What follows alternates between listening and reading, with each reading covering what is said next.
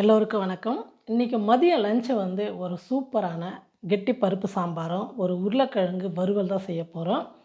அந்த சாம்பாருக்கு வந்து அந்த வறுவல் வந்து ரொம்ப டேஸ்ட்டாக ரொம்ப நல்லாயிருக்கும். வாங்க செய்யலாம். அதுக்கு நான் வந்து பார்த்தீங்கன்னா ஒரு கப்பு சின்ன கப் அளவு, இது 200 கிராம் இருக்குமா? 200 இருக்குமா? இருக்காதுல்ல. நான் வந்து துவரம் பருப்பு எடுத்துக்கிட்டேன். துவரம் பருப்பு வந்து வெறும் கடாயில் கொஞ்சம் வறுத்துக்கலாம். ரொம்ப வந்து கலர் மாறாமல் ஒரு கோல்டன் கலர் மாதிரி வர அளவுக்கு நல்லா வாசம் வரும். பருப்பு வறுபடும் போது நல்லா வாசனையாக இருக்கும். அப்போ வந்து நம்ம இறக்கிக்கலாம். பருப்பு நல்லா வறுத்துக்கலாம். வெறும் கடாயில் வறுத்துக்கலாம்னா ஸ்டவ் பற்ற வச்சு கடாய் வச்சு தானே வறுக்கணும். டெய்லி ஸ்டவ் பற்ற வச்சு சொல்லின்னு இருப்பாங்க. அவங்களுக்கே தெரியும் ஸ்டவ் பற்ற வச்சு தான் பருப்பு வறுப்பாங்க அப்படின்னு சொல்லிட்டு. நீங்கள் திடீர்னு வெறும் கடாயில் பருப்பு வறுத்துக்கலாங்க. என்னடா வெறும் கடாயில் பருப்பு வறுத்துக்கலாங்களே அப்படின்னு நான் யோசனை பண்ணேன். கலாய்க்கிறியா? அப்புறம் பார்த்தீங்கன்னா 3 நாள் வந்து கொஞ்சம் வெளியே போயிருந்தேங்களா, சரியான சாப்பாடே இல்லை. நல்ல ஒரு சாம்பார் வச்சு ஒரு உருளைக்கிழங்கு வறுவலோட ஒரு பிடிக்கணுன்றதுனால தான் இன்றைக்கி சாம்பார். அதுவும் வந்து அவருக்கு வந்து தண்ணி சாம்பார் தான் பிடிக்கும். யாரை பற்றி கவலைப்படாமல் எனக்கு பிடிச்ச மாதிரி கொஞ்சம் கெட்டி சாம்பார் வச்சு ஒரு சூப்பரான வறுவல் தான் செய்ய போகிறேன். சாப்பிட்லன்னா கையில் உருண்டை பண்ணி கொடுக்குதோ இல்லை தண்ணி ஊற்றி தயிர் ஊற்றி சாப்பிட்றது எப்படி ஒன்றா சாப்பிட்லாம் உருளைக்கிழங்கு பொரியலுக்கு தானே. அதனால் வந்து சாம்பார் தான் சூப்பராக ஒரு சாம்பார். பருப்பு வந்து நல்லா வறுத்துக்கலாம். பாருங்கள், பருப்பு வந்து ரொம்ப கலர் மாறாமல் அப்படியே ஒரு மாதிரி பழுத்த கலரில் வந்து அந்த பருப்போட வாசனையே வருது பாருங்கள். இந்த சமயத்தில் வந்து நம்ம பருப்பு இறக்கி கழுவிக்கலாம். வறுத்துட்டு அப்புறமா கழுவிட்டு அப்புறமா வறுத்துட்டு அப்புறம் ஈரமாக இருக்கும்ல.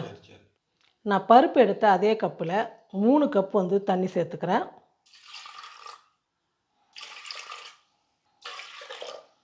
ஒரு வெங்காயம் வந்து சின்ன சின்னதாக கட் பண்ணிக்கிட்டேன். இந்த வெங்காயத்தை சேர்த்துக்கலாம். 2 தக்காளி, ஒரு 6 பல் பூண்டு, ஒரு 3/4 ஸ்பூன் வந்து தனியாத்தூள், 3/4 ஸ்பூன் வந்து வெறும் மிளகாத்தூள், 1/2 ஸ்பூன் சீரகம், கொஞ்சம் மஞ்சள் தூள். இப்போ இது எல்லாம் வந்து நம்ம வேக வச்சுக்கலாம். ஒரு 3 விசில் விட்டு வேக வச்சு எடுத்துக்கலாம். பாருங்கள், பருப்பு வந்து நல்லா வெந்துருச்சு. இப்போ மத்தில் வந்து அப்படியே கடைஞ்சிக்கலாம். ரொம்ப நைஸாக கடைவானா, கொஞ்சம் பருப்பாக இருந்தால் தான் சாப்பிட்றதுக்கு வந்து சாதத்துக்கு சூப்பராக இருக்கும். என்கிட்ட கொடுத்தா நான் நைஸாக கடைஞ்சிடுவேன் சட்டியில் போட்டு. ஆமாம், அதனால தான் கொடுக்கல. நம்ம பருப்பு வந்து வறுத்து இருக்கிறோம்ல, அதனால் கொஞ்சம் இதுவாக இருந்தால் தான் நல்லாயிருக்கும். பாருங்கள், கடைஞ்சாச்சு. கொஞ்சமாக லைட்டாக தண்ணி, இந்த மத்து கழுவுறதுக்கு மட்டும் தண்ணி சேர்த்துக்கிறேன். ஒரு குட்டி லெமன் இல்லை, சின்ன நெல்லிக்காய் அளவுக்கு புளி கரைச்சி வச்சுருக்கிறேன். அந்த தண்ணியை சேர்த்துக்கிறேன். சேர்த்துட்டு ஒரு பக்கம் வந்து இந்த புளி பச்சை வாசனை போகணும்ல, இந்த அளவுக்கு இருந்தால் போதும், நல்லாயிருக்கும் சாம்பார் கெட்டியாக. இப்போ ஒரு பக்கம் கொதிக்க வச்சுக்கலாம், இன்னொரு பக்கம் வந்து நம்ம தாளிச்சிக்கலாம். இப்போ தேவையான அளவுக்கு உப்பு சேர்த்துக்கலாம். அது நல்லா கொதிக்கணுமா?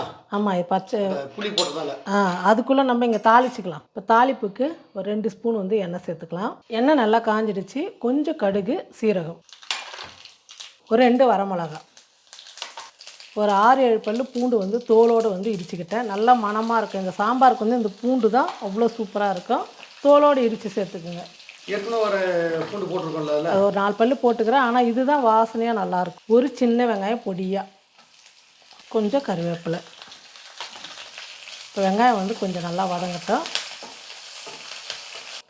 பாருங்கள், வெங்காயம் பூண்டு எல்லாம் நல்லா முறுமுறுன்னு இந்த அளவுக்கு வந்து வறுபடணும். இப்போ வந்து கொஞ்சமாக மஞ்சள் தூளும் இந்த சூட்லேயே போட்டால் போதும். நான் ஸ்டவ் ஆஃப் பண்ணிவிட்டேன். கொஞ்சம் பெருங்காயத்தூள் கலந்து விட்டுட்டு சாம்பாரில் ஊற்றிக்கலாம். நான் இதே கடாயில் தான் உருளைக்கிழங்கு வறுவல் செய்ய போகிறேன். அதனால் சாம்பார் வந்து எடுத்து ஊற்றாமல் அந்த எண்ணெய் கடாயில் அப்படியே பண்ணிக்கலாம் இல்லையா?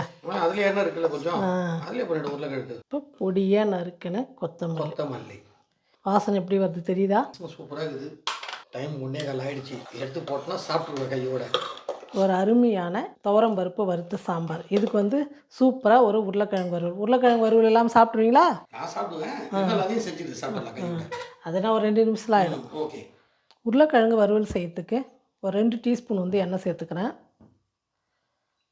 எண்ணெய் காஞ்சிடுச்சு. கடுகு, சும்மா கொஞ்சமாக சீரகம், பூண்டு ஒரு 4 பல் பூண்டு தோலோடு இடிச்சுக்கிட்டேன்.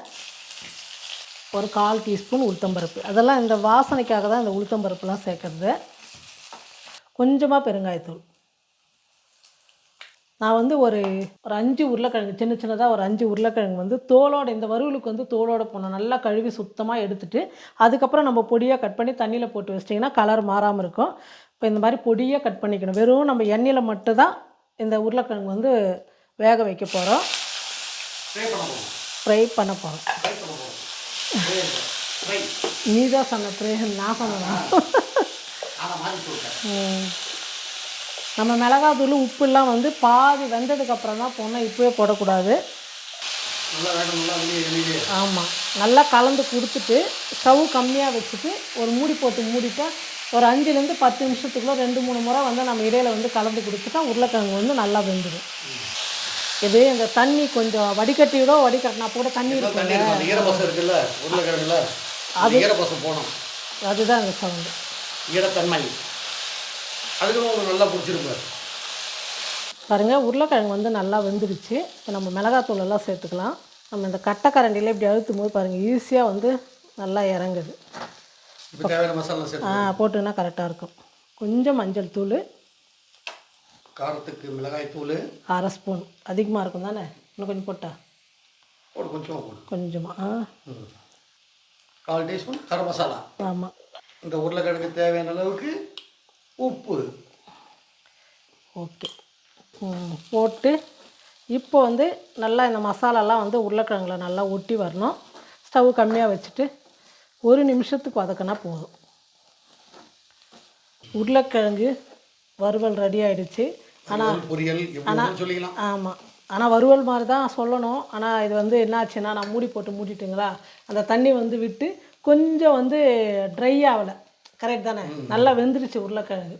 பாதி வேக்காடு இருக்கும்போது மசாலா போட்டிருந்தா அப்படியே மொறுன்னு அப்படியே நம்ம செய்வோம்ல அடிக்கடிக்கும். அது எண்ணெயில் பண்ணுறது, இதுவும் எண்ணெயில் தானே, வேறு எதுவும் பண்ணல நம்ம. சரி, உருளைக்கிழங்கு பொரியல் ரெடி. ஸ்டவ் பண்ணிக்கோ. சும்மா வெட்டியாக கதை பேசின்னு உட்காந்துருப்போமா? இன்றைக்கி வெட்டியாலாம் பேசலை. மழை எங்கள் கோயம்புத்தூரில் இருக்கிற நிறைய பேர் தெரியும். காலையிலேருந்தே விட்டு விட்டு மழை. இப்போ தான் கொஞ்சம் இல்லை. பெட்ஷீட் எல்லாம் துவைச்சி போட்டாங்களா, மறுபடியும் வந்து எடுத்து வைக்கலான்னு சொல்லிட்டு கொஞ்சம் படி ஏறி போகிறதுக்குள்ள அப்படியே ஊற்றுன்னு ஊற்றி மொத்தமே ஃபுல்லாக நனைஞ்சு போச்சு. காலையில் அப்படி தான் துணிங்கள்லாம் நனைஞ்சி மறுபடியும் கொஞ்சம் காய வச்சு உள்ளே போட்டோம். இதே வேலை இன்றைக்கெலாம். அதனால் வந்து சமைக்கிறதுக்கு கொஞ்சம் லேட் ஆகிடுச்சிங்க. பசி எடுக்குது. இதை ஒரு 2லாம் பரவாயில்ல, ஆனால் பசிக்குது. காலையிலே ஒரு 8 மணிக்கெலாம் இன்றைக்கி பொங்கல் சாப்பிட்டோம்ல.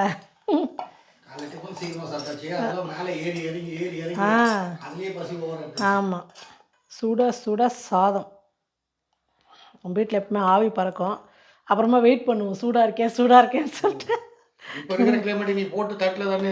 ஆமாம், இல்லை சூடாக இருந்தால் தான் நல்லாயிருக்கும் கூட சாப்பிட்றதுக்கு. இப்போ கெட்டி பருப்பு சாம்பார். நீங்கள் தான் எப்படி சாப்பிட போகிறீங்களே தெரிலப்பா. உருளைக்கிழங்காவது சாப்பிட்டோம்ல, நல்லாயிருக்கும் சாம்பார், சூப்பராக இருக்கும். பொரியல் வச்சுக்கோ. ஒரு அருமையான கெட்டி பருப்பு சாம்பாரும் உருளைக்கிழங்கு பொரியலும் ரொம்ப அருமையாக டேஸ்ட் ரொம்ப நல்லாயிருக்கும்.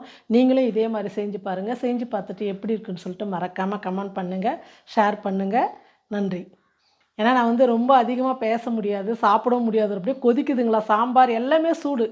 அதனால் வந்து சூடு ஆற வச்சு நான் போய்ட்டு சாப்பிட்றேன். அதனால தான் சாப்பிட்டு காமிக்கிறேன். பாய்.